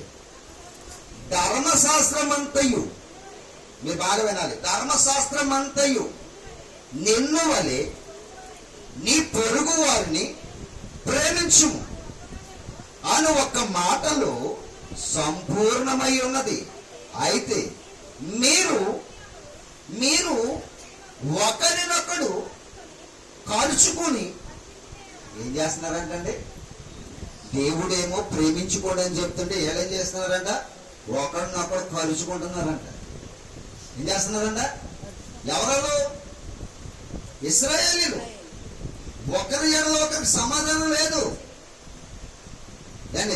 ఒకరి ఎడల ఎవరికి ఏం లేదంట, సమాధానం లేదంటే. మీరు బాగా వినండి, ఇంకో మాట చెప్తాను మీకు. ఐగుప్తు దేశంలో జరిగిన ఒక ఇంటేషన్ మీకు చెప్తాను మీకు. వినాలి మీరందరూ కూడా. ఒకసారి ఇశ్రాయేల్ ప్రజల్ని మోషే గారు ఐగుప్తు దేశానికి తీసుకురావడానికి వెళ్ళక ముందు 40 సంవత్సరాలు ఎక్కడ ఉన్నాడు? ఐగుప్తు దేశంలోనే ఉన్నాడు. ఫరో రాజు కుమార్తె యొక్క కుమారుడిగా పెరిగాడు. విన్నారా? ఎవరు? ఎన్ని సంవత్సరాలు? 40 సంవత్సరాలు. ఆ 40 సంవత్సరాలు అయిన తర్వాత ఇశ్రాయేల్ ప్రజలను పరీక్షించడానికి వెళ్ళాడు. ఎవరిని పరీక్షించడానికి? ఇశ్రాయేల్ ప్రజలను పరీక్షించడానికి వెళ్ళాడు.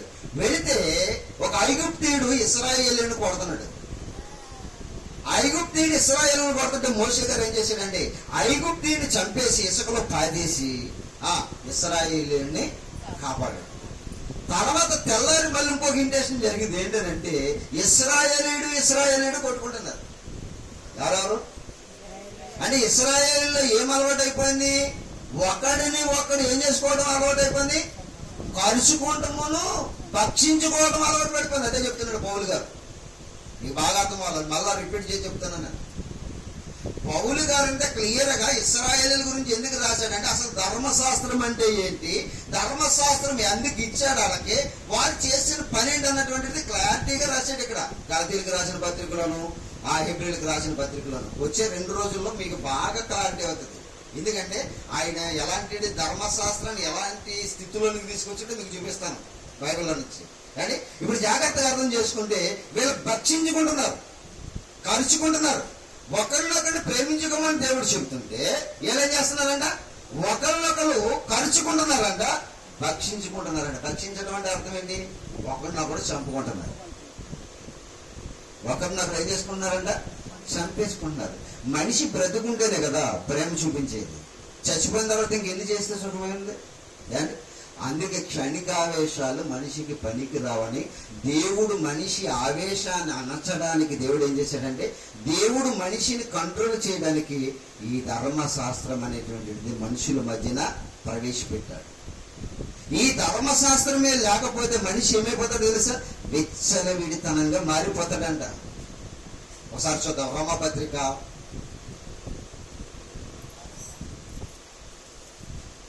5వ అధ్యాయము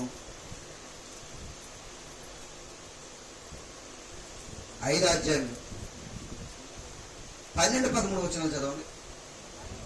మరియు సున్నతి గల వారికి తండ్రి ఎగుటకు అనగా అమ్మా 5వ అధ్యాయము రోమపత్రిక 12.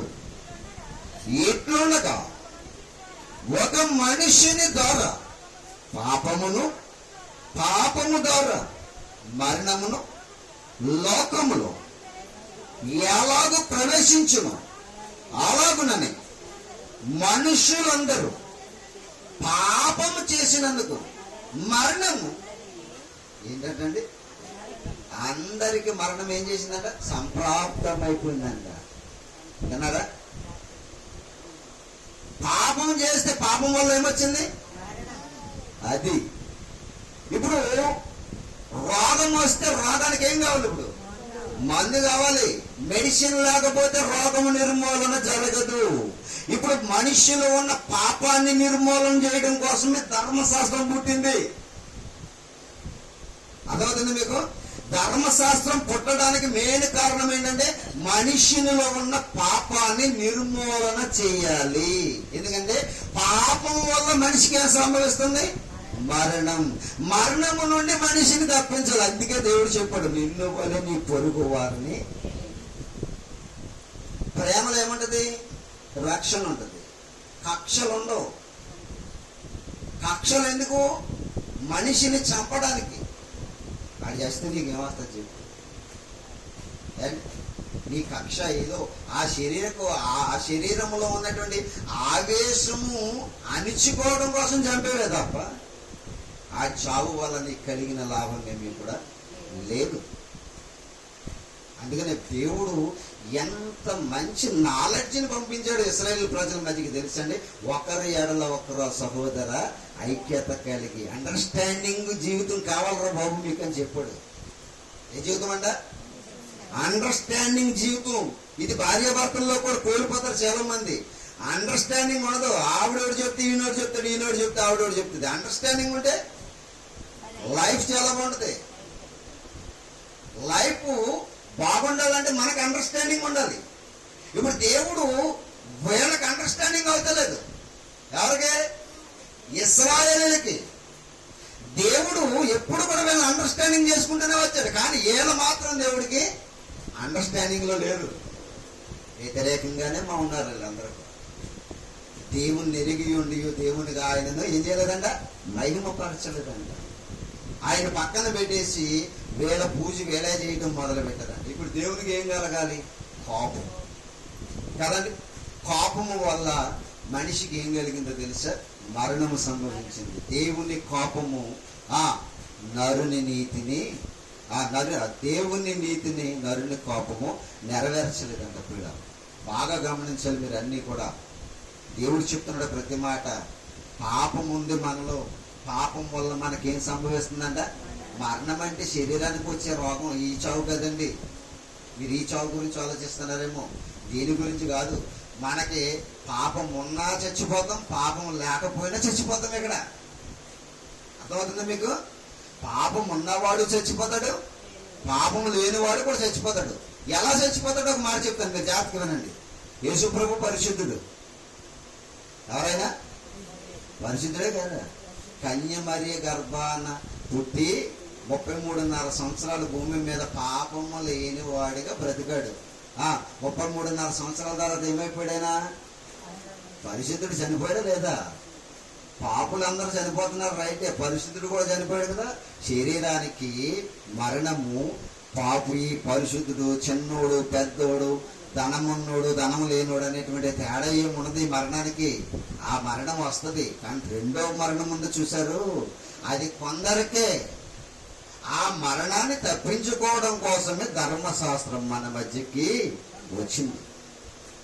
ఆ మరణము నుండి మనల్ని తప్పించడం కోసం, విడిపించడం కోసమే ధర్మశాస్త్రం ఎంటర్ అయింది. పిల్లలు, ఇశ్రాయేలీల ప్రజలను మరణము నుండి దేవుడు తప్పించాలని ఆలోచన చేశాడు.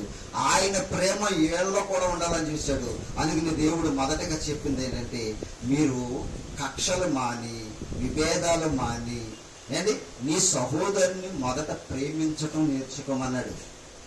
చూస్తారు ఒకసారి ఇంకో మాట, హబక్కుకు రాసినటువంటి గ్రంథం చూద్దాం. ఆ మాటను కూడా చూద్దాం. హబక్కుకు రాసినటువంటి గ్రంథము 1వ అధ్యాయము 3-4 వచనాలు చదువుకుందాం ప్రియమైన దేవుని వల్ల. నన్ను ఎందుకు దోషము చూడనిచ్చుచున్నావు? బాధ నీవేళ ఊరకయ్యే చూచుచున్నావు. ఎక్కడ చూచినను నాశనమును బలత్కారమును అగపడుచున్నది, జగడమును కలహమును. ఏం చేస్తున్నాయండి ఇప్పుడు? అప్పుడే కాదు, ఇప్పుడు కూడా ఏం రేగుతున్నాయి? కలహాలు, జగడాలు ఉన్నాయా బైబిల్లో? లేవా? నేనేం సొంత మాటలు చెప్పడం లేదండి బాబు, బైబిల్లో దేవుడు చెప్పమన్న మాటలు చెప్తున్నాను. వినండి జాగ్రత్తగా. ప్రజలలో ఏమున్నాయంటండి? ఏమున్నాయంట? కలహాలు, జగడాలు ఉన్నాయా లేవా? ఉన్నాయి కాబట్టి దేవుడు చెప్పాడు. మీకు అవి ఉన్నాయి. మళ్ళా చదవమ్మ మొదటి నుంచి. నన్ను ఎందుకు దోషము చూడనిచ్చుచున్నావు? బాధ ఎలాని ఊరకే చూచుచున్నావు. ఎక్కడ చూచినను నాశనమును బలత్కారమును. బలత్కారాలు ఉన్నాయా లేవా? లేవా? ఉన్నాయా లేవా చెప్పండి. ఉన్నాయా? ఎక్కడ జరిగిందా? ఎక్కడ జరిగింది? మన పాపం డాక్టర్ అమ్మగారిని ఏమండి, ట్రైనింగ్ డాక్టర్ అమ్మగారిని చంపేశారు. బలత్కారం. ఏ డాక్టర్ అమ్మ అంటే? ట్రైనింగ్ డాక్టర్ అమ్మని చంపేశారు. పాపం ఎంత కష్టపడి చదివి ఉంటుంది అంటారు. తల్లిదండ్రులు ఎన్ని ఆలోచనలతో చేసి ఉంటారంటారు. మనిషిలో భయం లేదు. మనిషికి భయము, భక్తి, దేవుని ప్రేమ అనేది తెలపడం కోసమే ధర్మశాస్త్రం అండి. అదే ధర్మశాస్త్రం అంటే. ప్రేమ నేర్పిద్దండి ధర్మశాస్త్రం, వినయం నేర్పిద్దండి ధర్మశాస్త్రం, విధేయత నేర్పిద్దండి ధర్మశాస్త్రం, మాట్లాడడం నేర్పిద్దండి ధర్మశాస్త్రం, గౌరవించడం నేర్పిద్దండి ధర్మశాస్త్రం. ఇంకోటి తెలుసు, నాగరికత నేర్పేదే ధర్మశాస్త్రం. బాగా ఆలోచించండి. నాగరికత చాలా మందికి తెలీదు. నాగరికత చాలా మందికి తెలియదు. ఈయన కొంచెం చదువుకున్నాడు, ఈయన ఎలా గౌరవించాలి, ఈయన పాస్టర్ గారు అని పిలవాలి, ఊరే అని పిలవకూడదు అనే నాగరికత ఉంటుంది చాలా మందికి. ఈమె సహోదరిగా చూడాలి. మనవాళ్ళు అనుకున్నాడు, మనోడే కదా, మన ఇంట్లో వాడే కదా పాస్టర్, మీ ఇంట్లో వాడా. నేను మీ వాడిని కానే కాదు. నేను ఎవరన్నా తెలుసా? దేవుని సేవకుడు. నేను మీ వాడిని కాదు. నేను, మీరు అనుకుంటున్నారే మీ వాడినని, కానీ నేను ఎవరిని తెలుసా? దేవుని చేత ఏర్పరచబడిన దేవుని సేవకుడు. బాగా ఆలోచించాలి. దీన్నే ఏమంటారు తెలుసా?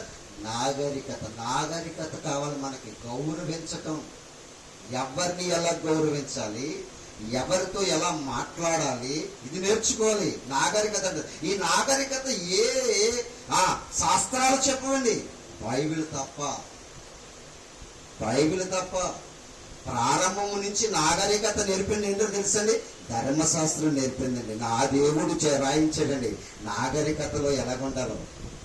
నిజమండి, నాగరికత నేర్చుకోవాలి మనం.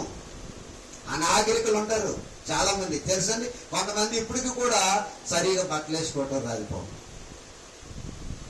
చూడండి, ఆ ఏజెన్సీ ఏరియాల్లో గట్రా చూస్తే వాళ్ళ పాపం సరిగా బట్టలు వేసుకుంటూ రాదు, సరిగా మాట్లాడటం రాదు. చాలా అదో టైపులో మాట్లాడుకోవటం, వాళ్ళ భాషా విధానం వేరేగా ఉంటుంది. బైబిల్ దగ్గరికి రండి, భాష మారిపోతే, తీరు మారిపోతే అండి, మన స్టైల్ కూడా మారిపోతుంది. మనం బైబిల్కి మించి స్టైల్ చేస్తాం మనం కదండి.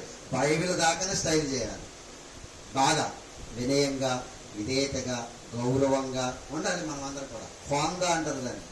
హోందా అంటే ధనం సంపాదించడం, ఏదో పెద్ద బూట్లు వేసుకుని, కొత్త సూట్లు వేసుకుని ఉండటం హోందా కాదు. గౌరవపదమైన నాగరికత కలిగిన వాడే ఎలాంటి వాడంట? హోందా కలిగిన వాడు. హోందా అంటే ఎక్కడ ఉండదు అనుకుంటున్నారు అండి? నాగరికతలో ఉండదు హోందా. బాగా ఆలోచించాలి మీరు అందరూ కూడా. ధర్మశాస్త్రం అందుకు వచ్చిందండి పిల్లలు. ఎందుకు వచ్చింది? మనిషిని కంట్రోల్ చేయడానికి వచ్చింది. మనిషిలో ఉన్న రోగాన్ని నిర్మూలన చేయడం కోసం వచ్చింది. మనిషి నిండా పాపం ఉంది. పాపం నుండి విడిపించాలంటే ఏం కావాలి?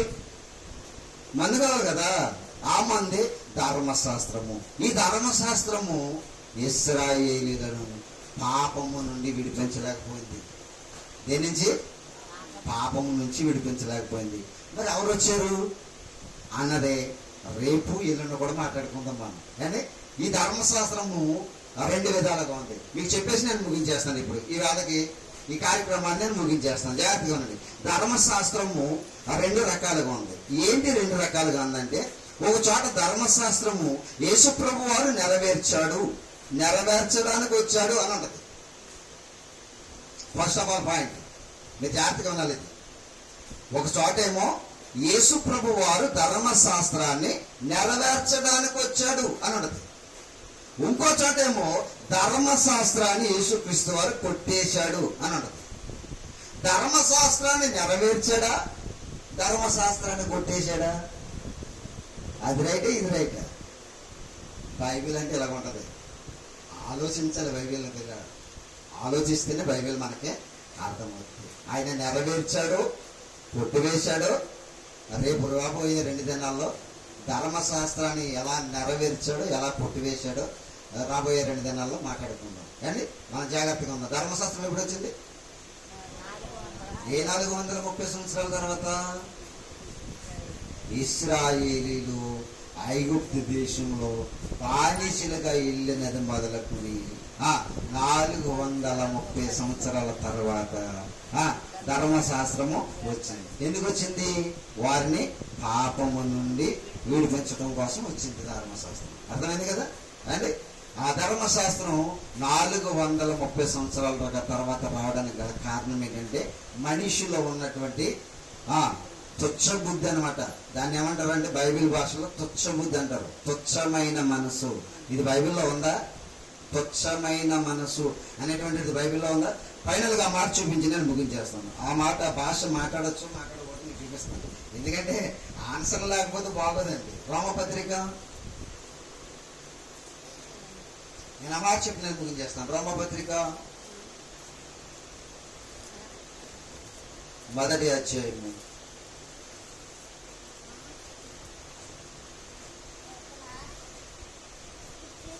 26వ వచనం.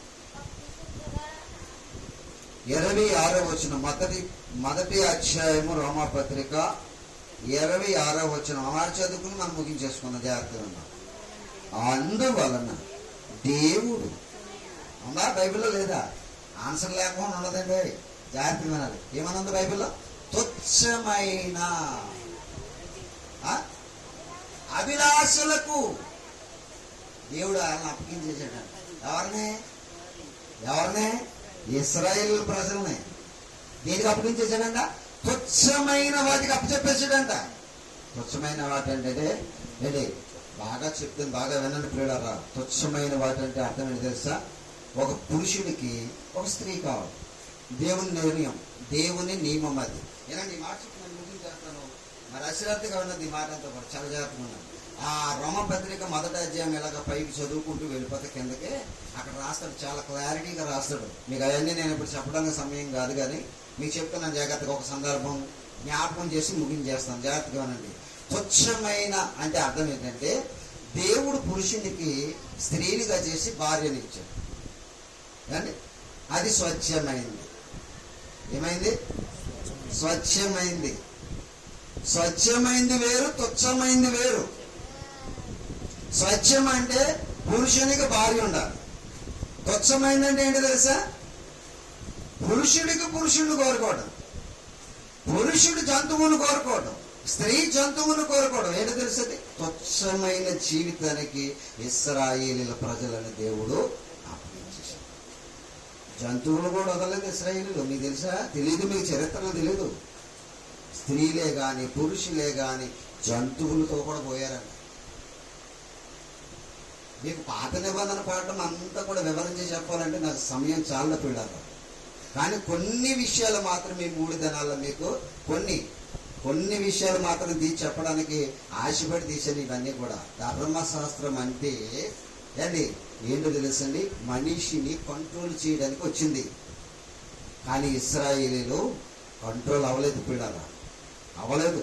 అందుకే దేవుడు ఏం చేశాడంటే 40 ఏండ్లు కనిపెట్టాడు. ఎన్ని సంవత్సరాలు కనిపెట్టాడమ్మా? ఎక్కడ ఎర్ర సముద్రం దాటిన తర్వాత ఒక అరణ్యం ఉంటది. ఆ అరణ్యంలో 40 సంవత్సరాలు కనిపెట్టాడంట. ఎన్ని సంవత్సరాలు? నిన్ను కనిపెడుతున్నాడు. ఎప్పటి నుంచి? నీ యవ్వన ప్రాయం వచ్చిన కానించి, నీకు వివాహమైన కానించి, ఇప్పుడైనా మారుతుందేమో అని చూస్తున్నాడు. మారలేదనుకో, ఇశ్రాయేలును ఒక్క దెబ్బలో రాల్చేసినట్టుగా రాల్చేస్తాడంతే.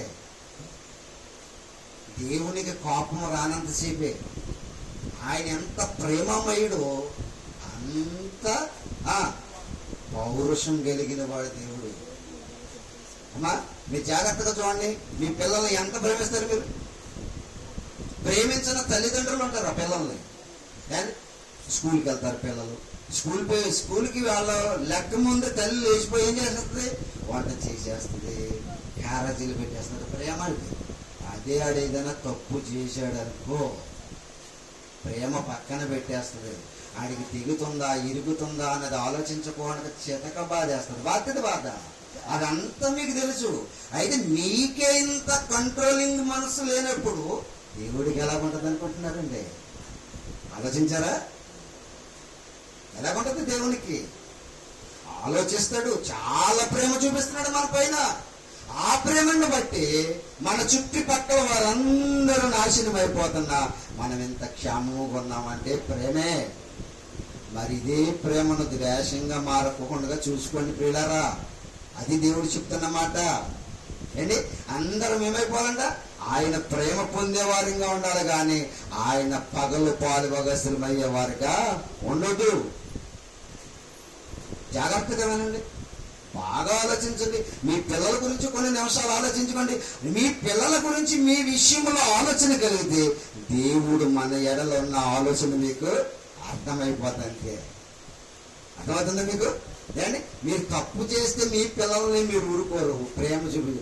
వాడు పుట్టినరోజు వస్తే మంచి వెరైటీ బట్టలు ఎవ్వడు వేసుకుని బట్టలు కొనాలనుకుంటారు, ఎవ్వడు కేక్ కట్ చేయించాలనుకుంటారు, ఎవ్వడు జరిగించినటువంటి విధానంలో జరిగించాలని ఎన్నెన్నో ప్లాన్లు వేసేసుకుంటారు. ఇది అంత ప్రేమే కదా? ప్రేమ కాదంటారా? అంత ప్రేమే.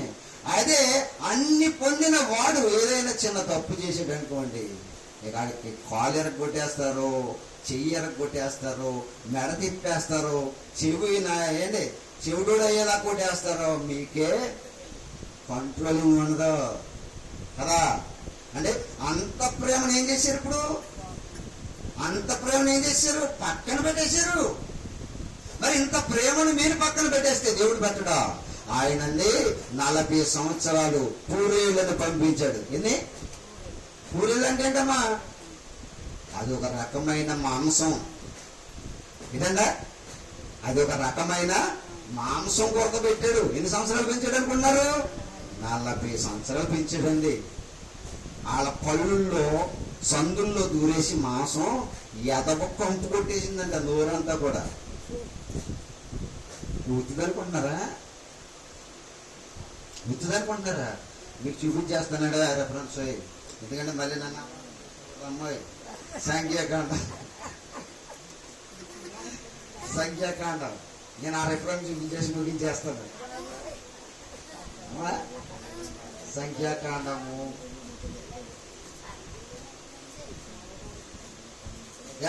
సంఖ్యాకాండము 11వ అధ్యాయము ఒకసారి చూసేయండి అమ్మా. మాట చూసేసి ఇక్కడ నేను ముగించేస్తాను. జాగ్రత్తగా చదవండి. 32, 33 వచనాలు చదవండి తల్లి. 32, 33 వచనాలు చదివి ఆ మాట చెప్పిన తర్వాత నేను ముగించేస్తాను. సంఖ్యాకాండము 11వ అధ్యాయము 32, 33 వచనాలు ఏమని రాయబడిందమ్మా అక్కడ? కావున జనులు అంటే ఇశ్రాయేలు ప్రజలు ఆ దినమంతయు ఆ రాత్రి అంతయు మరుసటి దినమంతయు లేచి ఆ పూరేళ్లను కూర్చుకుని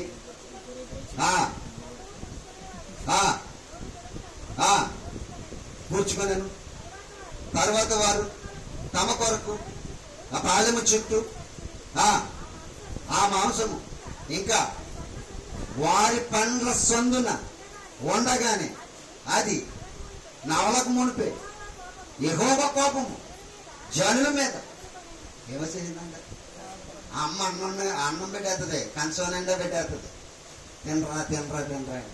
అది నవ్వులుతూ ఉంటాడు. ఈలోగా ఏదైనా అది తుచ్చమైన పని ఏదైనా చేసాడు అనుకో, పేళ్ళని కొడుతూ ఉంటుంది. ఎక్కడ ఉంటుంది ఆహారం? వాళ్ళ మధ్యలోనే ఉంటుంది ఆహారం. ఆ ప్రేమ ఏం చూపిస్తుంది? ఇప్పుడు పేళ్ళని కొడుతూ ఉంటుంది. దేవుడు అలాగే చేసాడండి ఇశ్రాయేలు ప్రజల్ని. అదవుతుంది మీకు నేను చెప్తున్న మాట. ఏం చేశాడు? వాళ్ళ పళ్ళ సందుల్లో కంపు కొట్టేసిందంట మాసం చేత ఊరంతా కూడా. బైబిల్ అండి.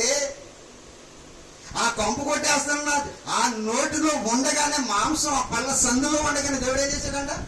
ఇశ్రాయేలీల ప్రజలందరిపైన కోపము చూపించాడంట. చచ్చిపోయినంతే. సరే, ఎంత ప్రేమ కలిగిన వాడు అంత పౌరుషం కలిగిన వాడు దేవుడు. జాగ్రత్తగా ఉండాలి.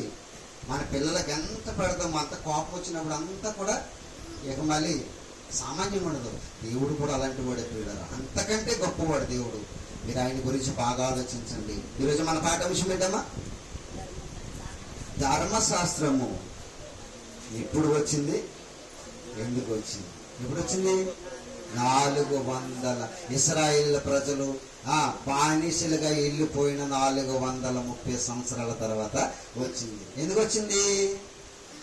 మనుషులను కంట్రోల్ చేయడం కోసం వచ్చింది. అర్థమైపోయింది కదా? ప్రార్థన చేసుకున్నాం. దయచేసి అందరూ కొత్త వచ్చి కళ్ళు మూసుకోండి.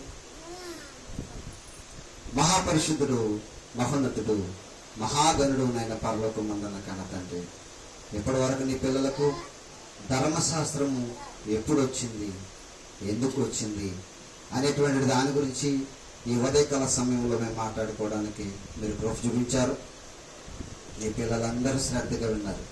విన్న వాక్యాన్ని అర్థంగా విడిచిపెట్టకుండా ప్రభా నీ ప్రేమ, నీ కోపం వారికి మరి ఇశ్రాయేల్ ఎడలను చూపించింది. మా నాయన క్లారిటీగా కళ్ళకి కట్టినట్టుగా మీ లేఖనాలలో నుంచి చూపించి వారికి చదివించి నేర్పించాను. వారు దాన్ని హృదయంలో భద్రపరుచుకుని వారి జీవితంలో అన్వయించుకోవడానికి మీ కృపను దయచేస్తారని ఈ మొదటి రోజు మొదట కూడుకును ఎంత దిగ్విజయంగా జరగడానికి మీరు కృప చూపించినందుకు వచ్చిన నీ పిల్లలందరినీ కూడా నాయన మీరు దీవించండి. అంచుల మట్టుకు నీ మాటల చేత తృప్తిపరిచి పంపించమని, రాత్రి కాలానికి మమ్మల్ని అందరినీ కూడా సిద్ధపరచమని యేసుక్రీస్తు ప్రభుల వారి పేరట కూడి వచ్చిన ప్రతి వారిని మీరు చల్లగా కాపాడండి. నాకు ఇచ్చిన భార్యని, 2 కుమారులు కుమార్తెను కూడా మీరు జ్ఞాపకం చేసుకోండి. నేను చేస్తున్న పరిచర్యను కూడా మీరు జ్ఞాపకం చేసుకున్నాను. యేసుక్రీస్తు ప్రభుల వారి పేరట ప్రార్థించి వేడుకుంటున్నాం తండ్రి. ఆమెను ఇప్పుడు మన తండ్రి అయిన దేవుని ప్రేమ, ఆయన కుమారుడు మన రక్షకుడు నేను యేసుక్రీస్తు వారి యొక్క కృప, ఆదరణకర్త అయినటువంటి పరిశుద్ధాత్మక అన్యనే సహవాసం ఇప్పుడు నిత్యం సదా మనకును సకల పరిస్థితులకు ప్రార్థించబడిన అంశంలో నెరవేర్చబడ్డకు రాత్రికాల కూడికకు సదా తోడైన నడిపించును గాక. ఆమేన్. అందరికీ హృదయపూర్వకమైన వందనాలు. I love you. God bless you. ఒక మనం చేసిన